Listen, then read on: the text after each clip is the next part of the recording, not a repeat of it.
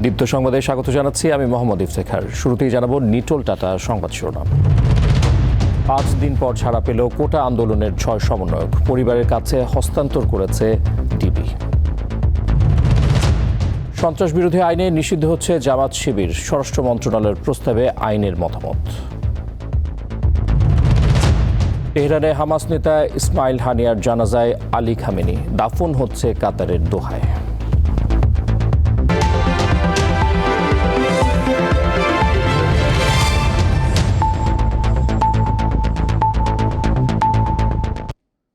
গোয়েন্দা পুলিশের হেফাজতে থাকা কোটা আন্দোলনের 6 সমন্বয়ককে ছেড়ে দেওয়া হয়েছে। বেলা 1:30টার দিকে স্বজনদের কাছে তাদের হস্তান্তর করে গোয়েন্দা পুলিশ।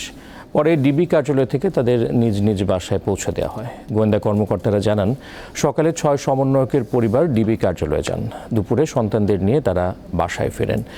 কোটা আন্দোলনের অন্যতম সমন্বয়ক নাহিদ ইসলাম, আসিফ মাহমুদ ও আবু বাকেরকে গত শুক্রবার নিজেদের হেফাজতে নেয় ডিবি পুলিশ।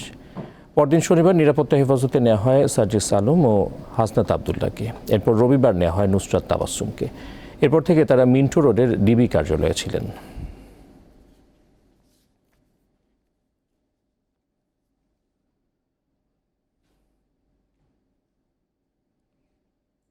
কোটা আন্দোলনকে ঘিরে উদ্ভূত পরিস্থিতিতে সরকার 11 আগস্ট থেকে নতুন সময়সূচিতে এইচএসসি ও সমমানের পরীক্ষা নেওয়ার সিদ্ধান্ত নিয়েছে।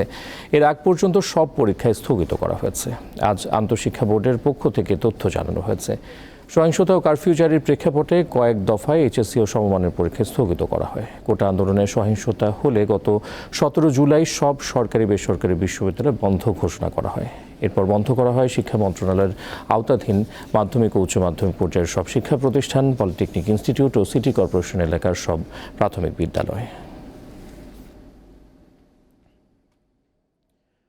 কোটা আন্দোলনে ব্যাপক সহিংসতার জেরে 14 দিন বন্ধ থাকার পর আজ স্বল্প দূরত্বে ট্রেন চলাচল শুরু হয়েছে।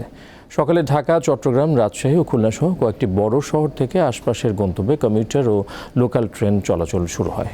রাজধানীর কমলাপুর স্টেশন থেকে সকাল 7টায় দেওয়ানগঞ্জ কমিউটার জামালপুরের উদ্দেশ্যে এবং 7:20 জয়দেবপুরের উদ্দেশ্যে ছাড়ে তুরাগ কমিউটার।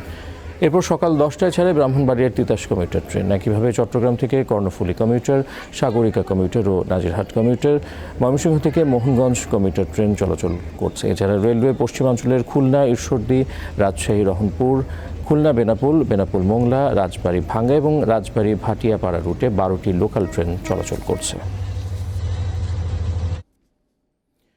জামাতে ইসলামী, ইসলামী ছাত্র শিবির ও তাদের অঙ্গ সংগঠনগুলোকে সন্ত্রাস বিরোধী আইন অনুযায়ী নিষিদ্ধ করা হচ্ছে। এ সংক্রান্ত একটি প্রস্তাব আইনি মতামত দিয়ে স্বরাষ্ট্র মন্ত্রণালয়ে পাঠিয়েছে আইন মন্ত্রণালয়। শিগগিরই এ বিষয়ে প্রজ্ঞাপন জারি করা হবে বলে জানিয়েছেন আইনমন্ত্রী আনিসুল হক। দুপুরে আইন মন্ত্রণালয়ে সাংবাদিকদের প্রশ্নের জবাবে এসব কথা বলেন আইনমন্ত্রী। তিনি জানান, নিষিদ্ধ হওয়ার পর এই দলগুলো আর এই নামে রাজনীতি করতে পারবে না। কোটা আন্দোলনকে কেন্দ্র করে ভাঙচুর, অগ্নিসংযোগ সহ সহিংসতার ঘটনায় জামাত শিবির জড়িত বলে অভিযোগ উঠেছে। এরপর দল দুটি নিষিদ্ধ করার উদ্যোগ নেয় সরকার।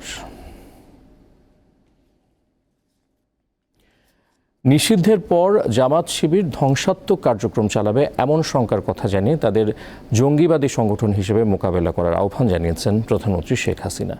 সন্ত্রাস বিরোধী আইন অনুযায়ী জামাত ও শিবিরকে নিষিদ্ধ করা হবে। রাজধানীর কৃষিবিদ ইনস্টিটিউটে আয়োজিত কর্মসূচিতে এ কথা বলেন তিনি। শোকাবহ আগস্ট স্মরণে মাসের শুরুতে বৃহস্পতিবার স্বেচ্ছায় রক্তদান কর্মসূচি, আলোচনা সভা ও দোয়ার আয়োজন করে বাংলাদেশ কৃষক লীগ। সাম্প্রতিক কোটা সংস্কার আন্দোলনের নামে যারা সহিংসতা চালিয়েছে তাদের ছাড় না দেওয়ার কথা জানিয়ে প্রধানমন্ত্রী বলেন, জাতিসংঘের পাশাপাশি অন্যান্য দেশকে কোটা আন্দোলনে প্রাণহানির ঘটনা তদন্তের আহ্বান জানিয়েছে সরকার। কারণ তিনি চান প্রকৃত ঘটনা কি হয়েছে তা বিশ্ববাসী জানুক। দাবি আদায়ের পরও যারা আন্দোলন করতে শিক্ষার্থীদের উদ্বুদ্ধ করছেন তাদের সমালোচনা করেন প্রধানমন্ত্রী। ওই জামাত ইসলামী এবং শিবির এদেরকে ব্যান করে দেওয়া, কারণ এদের জন্য সামাজিক এর জন্য মর্যাদা না থাকে। হ্যাঁ, এরা তো জঙ্গিবাদী হিসেবে আন্ডারগ্রাউন্ডে যে আবার ধ্বংস করার চেষ্টা করবে, কিন্তু সেখানে ওই জঙ্গি সংগঠন হিসেবে এদেরকে মোকাবেলা করা এবং মানুষকে রক্ষা করার চেষ্টা সকলকে মিলে করতে হবে। কারণ বাংলার মাটিতে জঙ্গির ছাই হবে না। সেইভাবে আমাদের সবাইকে সজাগ থাকতে হবে। আমি দেশবাসীকে সেই সজাগ থাকতে চাই এবং তাদের আমি সহযোগিতা চাই। শুরু হয়েছে শোকের মাস আগস্ট। এতে ঘুরে ফিরে আসে একটি প্রশ্ন: বাঙালি কিভাবে তার জাতির পিতাকে হত্যা করতে পারল? বঙ্গবন্ধুর ঘনিষ্ঠজনদের মতে বাঙালির প্রতি স্বাধীনতার স্থপতি শেখ মুজিবের অগাধ আস্থার খেসারত দিতে হয়েছে পরিবারের অন্যান্য সদস্যদেরও। দেশি ষড়যন্ত্র ও বিদেশি শক্তির ইন্ধনেই হয়েছে বঙ্গবন্ধু হত্যাকাণ্ড। Long run, the peoples must win. Nowhere in the world. শোষণ আর বঞ্চনার বিরুদ্ধে বাঙালি জাতিকে ঐক্যবদ্ধ করেছিলেন এক মহানায়ক, তিনি শেখ মুজিবুর রহমান, যাকে বাঙালিরা নেতা মেনেই উপাধি দিয়েছিল বঙ্গবন্ধু। স্বাধীনতার পর যুদ্ধবিধ্বস্ত দেশকে গড়ে তুলতে সবাইকে নিয়ে একটি জাতিসত্তা তিনি গড়তে চেয়েছিলেন। সদ্য স্বাধীন দেশে বঙ্গবন্ধুর সাফল্য যখন চারদিকে, তখন বাঙালির এই নেতা হয়ে ওঠেন বিশ্বের নিপীড়িত মানুষের কণ্ঠস্বর। ঠিক তখনই ৭১-এর পরাজিত বিদেশি শত্রুরা দুর্ভিক্ষ সৃষ্টি করে বাঙালিকে ক্ষুব্ধ করে, আর এরই সুযোগ নেয় বিপদগামী একদল সেনা সদস্য। পাকিস্তান, আমেরিকা এবং চীন এরা একত্রিতভাবে তাকে হত্যা করার জন্য অনেক আগে থেকেই প্রস্তুতি নিয়েছে।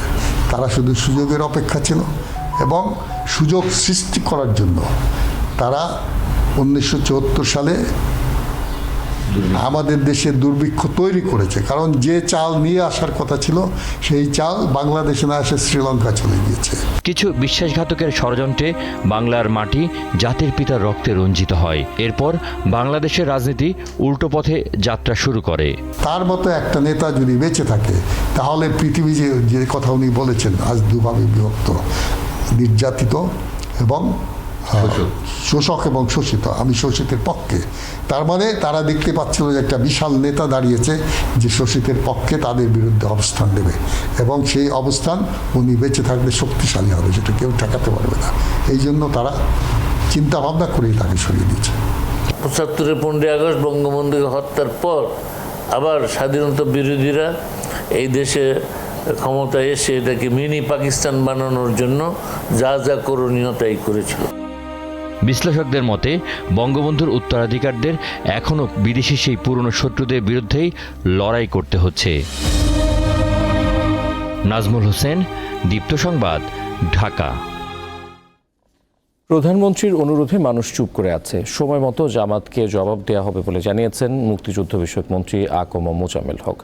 বৃহস্পতিবার সকালে জাতীয় প্রেস ক্লাবের সামনে এক মানববন্ধনে তিনি এই হুঁশিয়ারি দেন। মন্ত্রী বলেন, যে কোনো হত্যার বিচার করবে সরকার। সাম্প্রতিক সহিংসতার ঘটনায় এরই মধ্যে তদন্ত শুরু হয়েছে। সরকার চায় আন্তর্জাতিক সংস্থাও এসে দেখুক কী ধরনের নাশকতা চালানো হয়েছে। তিনি আরও বলেন, ছাত্রদের আন্দোলনে ভর করে তাদের কাঁধে বন্দুক রেখে সরকার উৎখাতের উদ্দেশ্য ছিল নাশকতাকারীদের, কিন্তু তারা সফল হয়নি। এক শ্রেণীর বুদ্ধিজীবী এতে পা দিয়েছে বলেও মন্তব্য করেন মোজাম্মেল হক।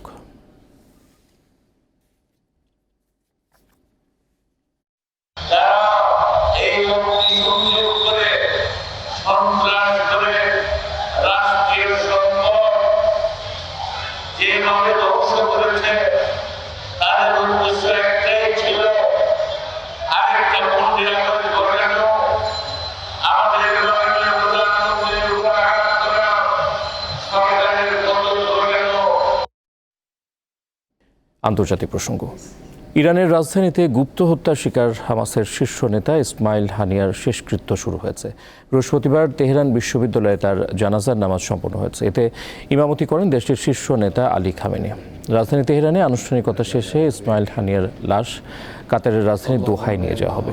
শুক্রবার দোহায় হানিয়ার দ্বিতীয় জানাজা অনুষ্ঠিত হওয়ার কথা রয়েছে। পরে কাতারের দ্বিতীয় বৃহত্তম শহর লুসাইলে দাফন করা হবে তার মরদেহ।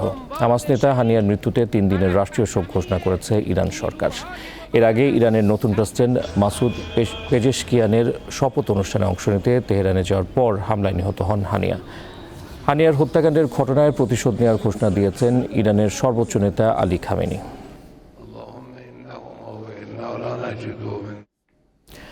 গাজায় ইসরায়েলি বাহিনীর হামলায় আল জাজিরার 2 সাংবাদিক সহ 47 জন ফিলিস্তিনি নিহত হয়েছে। এ নিয়ে গত 7 অক্টোবর থেকে এই পর্যন্ত নিহতের সংখ্যা বেড়ে হয়েছে 39,447। আহত হয়েছে 91,073 জন। আল জাজিরা জানিয়েছে, গাজায় ইসরায়েলি বিমান হামলায় প্রতিবেদক ইসমাইল আল ঘোল এবং ক্যামেরাম্যান রামি আল রেফি নিহত হয়েছেন। এদিকে হামাসের রাজনৈতিক প্রধান ইসমাইল হানিয়া হত্যাকাণ্ডে গাজার শান্তি আলোচনা হুমকির মুখে পড়তে পারে বলে আশঙ্কা করেছে কাতার ও মিশর। গাজা যুদ্ধ শুরু হওয়ার পর যুদ্ধবিরতির আলোচনায় ইসমাইল হানিয়ার সক্রিয় অংশগ্রহণ ছিল। 2001 সালের 11 সেপ্টেম্বর যুক্তরাষ্ট্রের টুইন টাওয়ারে হামলা চালায় জঙ্গি গোষ্ঠী আল কায়দা। 23 বছর পর এই হামলায় অভিযুক্ত 3 জন দোষ স্বীকার করতে রাজি হয়েছে, তবে শর্ত হলো তাদের মৃত্যুদণ্ড দেয়া যাবে না। এ নিয়ে মার্কিন প্রশাসনের সঙ্গে একটি চুক্তিতে পৌঁছেছে ওই 3 অভিযুক্ত। প্রধান প্রসিকিউটর রিয়ার অ্যাডমিরাল অ্যারন ড্রুয়ের স্বাক্ষরিত চিঠিতে বলা হয়েছে, মৃত্যুদণ্ড বাতিলের বিনিময়ে 3 আসামি 2976 জন হত্যাসহ সমস্ত অপরাধের জন্য দোষ স্বীকার করতে সম্মত হয়েছে। আগামী সপ্তাহে এই 3 অভিযুক্ত তাদের দোষ স্বীকার করে নিতে পারে বলে জানিয়েছে বিভিন্ন গণমাধ্যম। ভারতের কেরালার ওয়েনাডে ভারী বৃষ্টিতে একাধিক ভূমিধসের ঘটনায় নিহতের সংখ্যা বেড়ে হয়েছে 282, আহতের সংখ্যা 200 জনের বেশি। কেরালার স্বাস্থ্যমন্ত্রী বীণা জর্জ জানিয়েছেন, উদ্ধারকর্মীরা প্রায় 1000 ব্যক্তিকে উদ্ধার করেছে। এই পরিস্থিতিতে কেরালার মুখ্যমন্ত্রী পিনারাই বিজয়ন বৃহস্পতিবার সর্বদলীয় বৈঠক ডেকেছেন। ভূমিধসে নিখোঁজদের সন্ধান এবং ভিটেমাটি হারানো বাসিন্দাদের পুনর্বাসনের বিষয়ে বৈঠকে আলোচনা হবে বলে জানা গেছে। সেতু ধস ও রাস্তা ক্ষতিগ্রস্ত হওয়ায় অন্য জেলার সঙ্গে বিচ্ছিন্ন হয়ে পড়েছে ওয়েনার সহ রাজ্যের 8টি জেলায় আগামী কয়েকদিন আরও বৃষ্টি হওয়ার পূর্বাভাস দিয়েছে ভারতের আবহাওয়া দপ্তর।